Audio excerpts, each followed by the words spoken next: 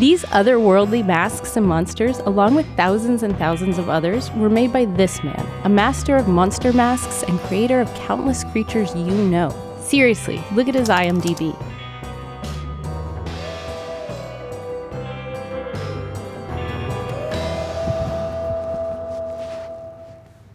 You'll notice it looks a little big. Welcome to my studio. This is where I do my job of designing creatures for movies and television and video games. All right, can you draw something on the fly for us? I probably could, yeah. All right, draw something aquatic, ancient, and a hunter. I would say that the first step is just start laying down geometric shapes and the large forms to try to get the look you're after. Some gills. What I like to do is sketch it out and then get more definition. There are pencils and then there are inks. So the pencils establish the rough layout, and then inking is where you really define the specificity of your look. I don't know if this necessarily captures exactly what was described. It's a fish man. I don't know if it gets across hunter. It certainly looks mean. And what's his name? I don't know, it looks like a Dave to me. Dave's kind of a jerk. He's not really a monster, but he's a monster of a person.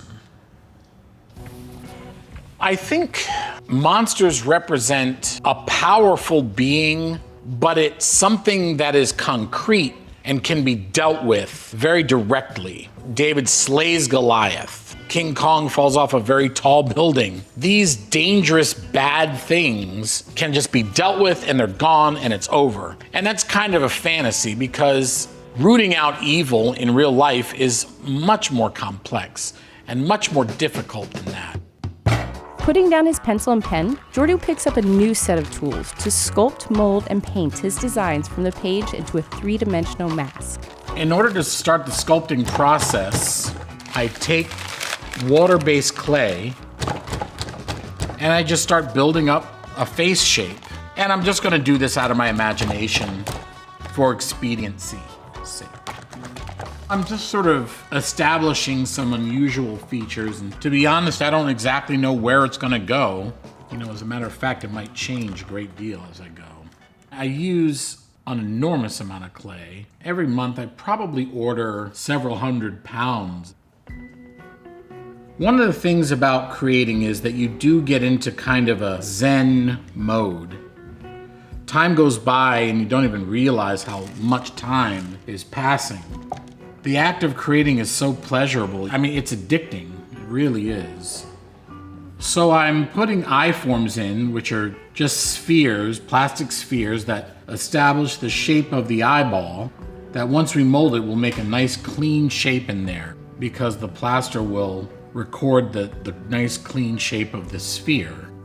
But what we're always going for is what is going to bring us the most character. What is going to affect the viewer the most? If it's adding teeth, it's adding teeth. If it's giving the eyes a more sinister feel, if it's scrapping it and starting over. The whole point is to bring out the most and the best character you can.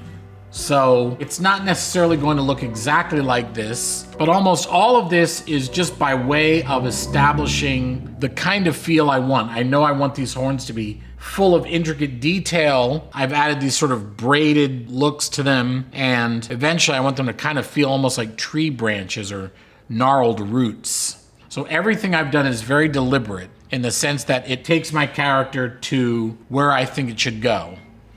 Jordu's love of monsters has been a central part of his imagination since his childhood. I grew up in the 1970s and the early 80s, and latex masks were becoming actually a very competitive art form.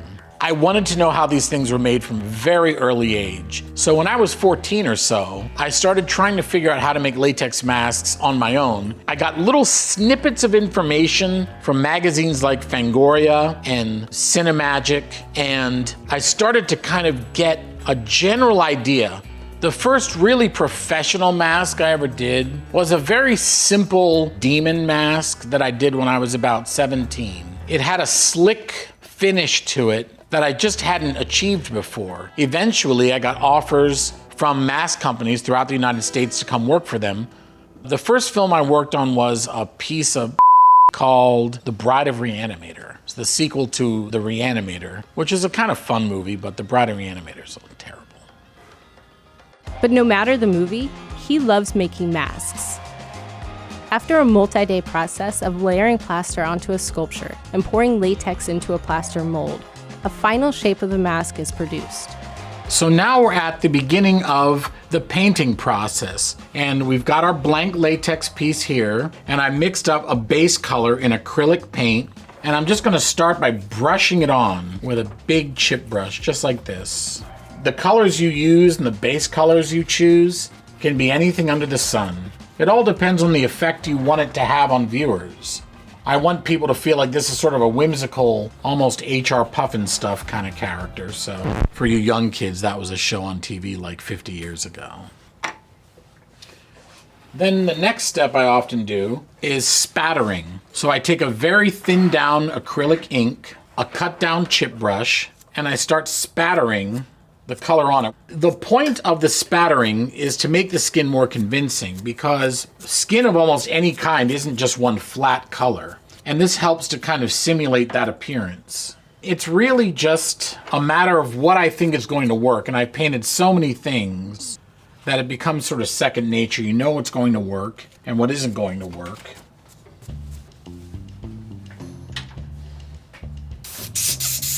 Now I'm using an airbrush, which is to a spray paint can what a baseball bat is to a toothpick.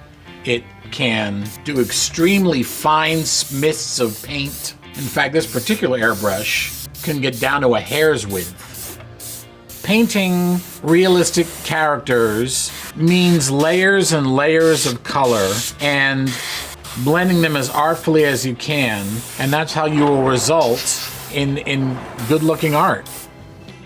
After painting in the eye details, Jordu applies his own epoxy mixture to create a natural wet look for the eyes and nose as a final touch. So this is what a finished mask looks like. It's got the epoxy on the eyes and the mouth and the nose. The paint job is finished. You could always take it further with hair work or more intricate painting if you chose, but for now, this is essentially how I do a mask. This is just one example of a finished mask. Jordu can add infinite details to make each mask unique. So this is one of my masks. This one is meant to feel considerably more realistic. You can see that there's a tremendous amount of detail in it. This is an example of mask making taken to its most elaborate conclusion. Most of the hair is glued on in the back, and then as you approach the hairline, it's punched in one by one with a needle. The sculpture isn't very complicated, but the hair makes it feel very convincing. This one is my interpretation of the creature from the Black Lagoon. This one also comes complete with a translucent acrylic fin that has to be cut and made separately. To attach the fin, you have to go with layer after layer of thickened rubber to put it into the trough that I sculpted into the mask. And that way, it's totally part of the mask. It's really cool to be well known among the mask community at large, but I think the most gratifying thing is knowing that I've influenced a generation of mask makers who now are doing their own stuff based on my work, and there are a lot of young up-and-comers who are quite extraordinary, way better than I was at that age. What's interesting to me is that I've taken such a niche part of the planet, something that's really quite absurd, and turned it into my life's passion. It's endlessly fascinating to me. There's something about the idea of coming up with a new life form and breathing enough life into it that other people believe it. It's just the most exciting thing in the world.